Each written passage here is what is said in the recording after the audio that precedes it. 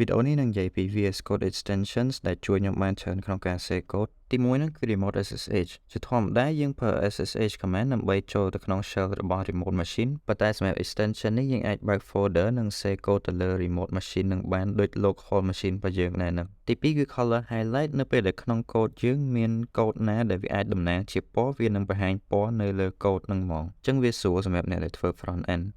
ទី3គឺ GitHub Copilot ដែលជា extension ខ្ញុំប្រើរាល់ថ្ងៃហ្នឹងវាស្តៀងទៅនឹង ChatGPT ដែរដែលវាផ្ដល់ suggestion ឬ solution ទៅលើ code ដែលយើងកំពុងសេសម្រាប់ extension នេះវាអត់ free ទេប៉ុន្តែបើយើងជាសិស្សហើយមាន email @edu យើងអាចយកវាប្រើបាន free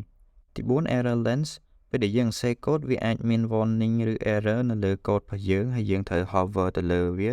សម្រាប់ extension នេះវាប្រាប់ error message ទៅលើ code editor យើងហ្មងយើងមិនបាច់ទៅ hover ទៅលើវាទៅមើល error message ទេទី5 git lens បើយើងចង់ដឹងថា line ប្រកបនេះណាគេអ្នក save ក្រោយគេហើយ commit អីគេយើងអាច select ទៅលើជួរហ្នឹងហើយ hover លើ commit វាបានទី6 import cost នៅក្នុង JavaScript ឬ TypeScript ពេលយើង import package មួយ extension នេះនឹងប្រាប់ size របស់ package ហ្នឹងនៅលើ code editor យើងហ្មងទី7 Sonalin ពេលមាន extension នេះហើយខ្ញុំមានអារម្មណ៍ថា quality code របស់ខ្ញុំវា save បានល្អជាងមុនដោយសារវាមាន warning និង standards ជាច្រើនដែលវាជួយប្រាប់ឲ្យ warn ឲ្យយើងទី8គឺ indent rainbow ពេលដែលយើង save code ណាក៏ដោយយើងត្រូវការ indent ហើយដោយសារមាន extension នេះវានឹងដាក់ពណ៌ color ទៅតាម indent របស់ line នីមួយៗអញ្ចឹងយើងអាចដឹង scope របស់ line វាបានដោយងាយស្រួលទី9គឺ version lens នៅក្នុង package JSON ឬ composer JSON យើងមាន list of libraries ដែលយើងបាន install ហើយបើយើងមាន extension នេះវានឹងប្រាប់ពី version របស់ package ហ្នឹងដែលយើងបាន install ហើយទី10ហ្នឹងគឺ Vim ខ្ញុំក៏មិនអ្នក start Vim ឯណាដែរគ្រាន់តែប្រើប្រាស់វាបានមកល្មមហើយខ្ញុំក៏សម្គាល់ថាខ្ញុំ save code និង edit code បានលឿនជាងមុនពេលខ្ញុំប្រើហ្នឹងហើយខ្ញុំនៅតែបន្តការ improve